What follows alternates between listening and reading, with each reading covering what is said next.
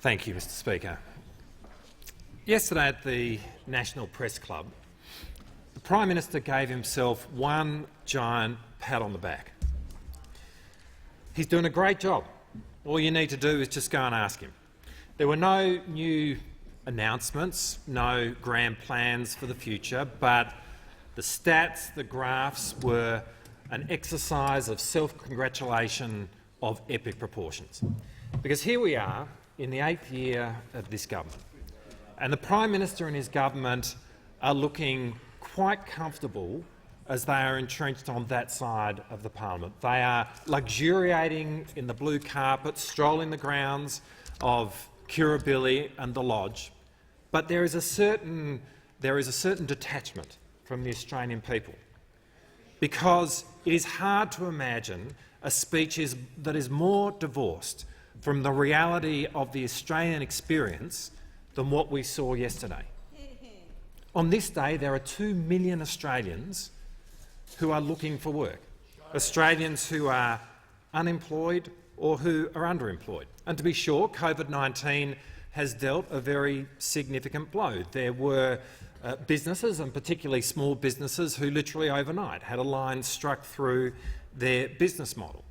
And we should never forget that at the outset, this was a government which had absolutely no intention of putting in place a wage subsidy, had no plan whatsoever for having a connection between those businesses and their employees.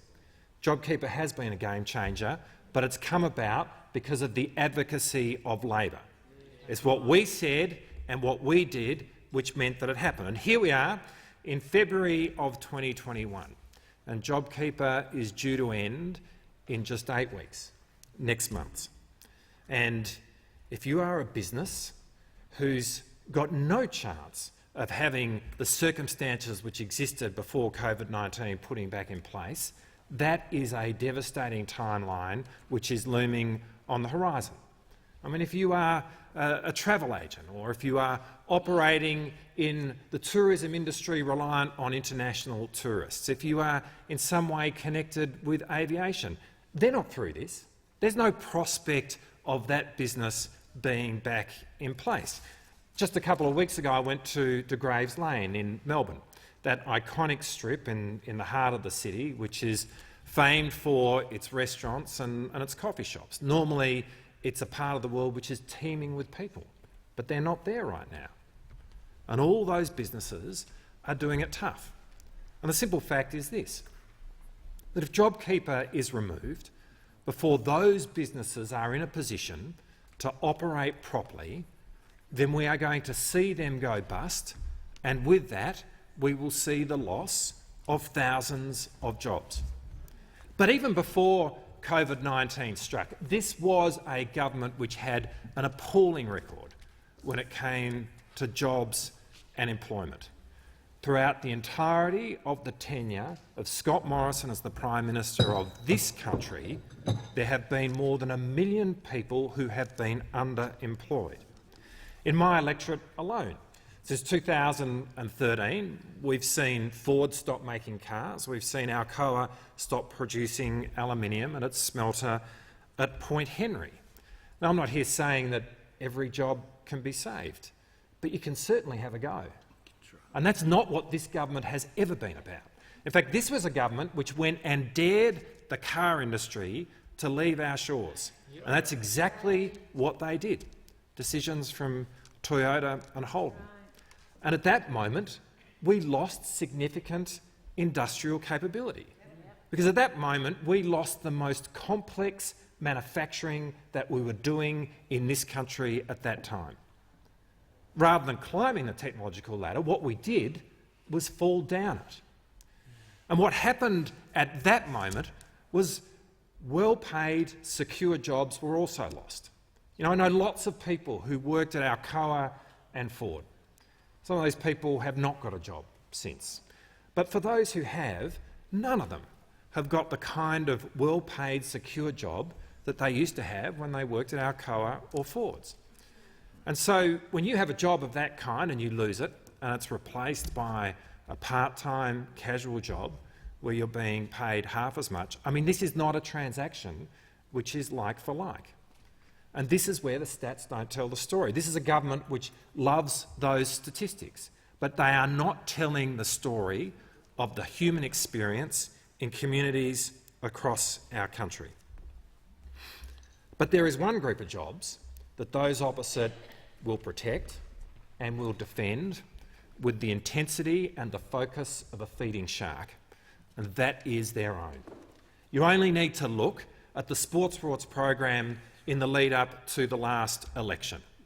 In a desperate moment, that's what they put in place, a $100 million scheme, where most of the decisions that were made went against the recommendation of the effective independent umpire, Sport Australia.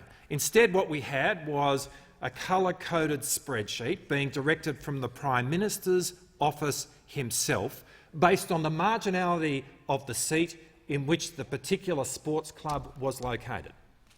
Hundreds of sports clubs, thousands of hours put in by volunteers to produce those applications which never stood a chance because of the place in which those sporting clubs were located. If the votes inside those sporting clubs weren't going to help protect this man's job, then he was not going to give a damn. And when you look at those who used to serve in this government, like the former finance minister going for a job in the OECD, no expense is spared. The Air Force, private plane, fly all over the world, do whatever you want, whatever it takes to get that job, but they're not focused on the jobs of the Australian people. Because in the last 8 years, this is a government which has become very, very focused on itself. And it has forgotten all about the Australian people and their interests and their jobs. Well, between now and the next election, you're going to see a strong contrast in terms of what's put forward by Labor, because we care about the interests and the jobs of the Australian people. We are on their side. With humility and with respect, we're going to go to small business and seek to amplify their voice as that group which has been on the front line of the COVID crisis, knowing that as we do, the sorts of initiatives that they're really relying on at the moment, things like lost carryback and instant asset write-off, are ideas and concepts which found their origins in the work of Labor, from this side of the House, from the wonderful work of the member for Gorton when Labor was last in office.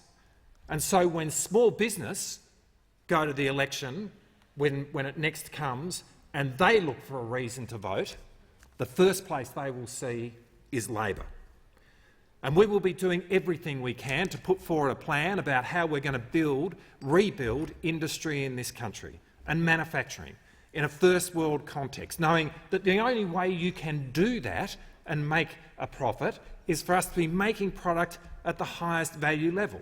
And that means climbing the technological ladder, and that means placing science at the centre of our national discussion in a way that it has not been done before, and certainly in a way that is not done by this government, because this is a government which enables anti-vaxxers and conspiracist theorists. This is a government which is cutting science jobs from the CSIRO. That's their science policy.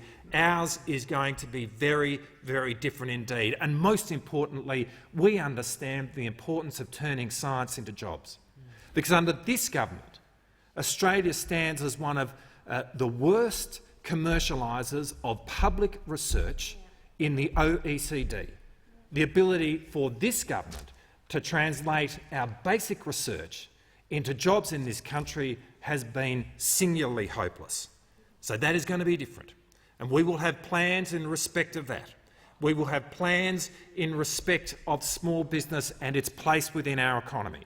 Because we see, unlike this government, which has been focused on itself, which has been focused on its own jobs, which has been focused on the jobs of its friends and its mates and those who used to serve within it, we will be different. We are going to be focused on the Australian people. We will be focused on their interests. We will be focused on their employment and their opportunities in the future. And we are going to do everything we can to advocate for their jobs between now and the next election, because we are on their side. Yeah.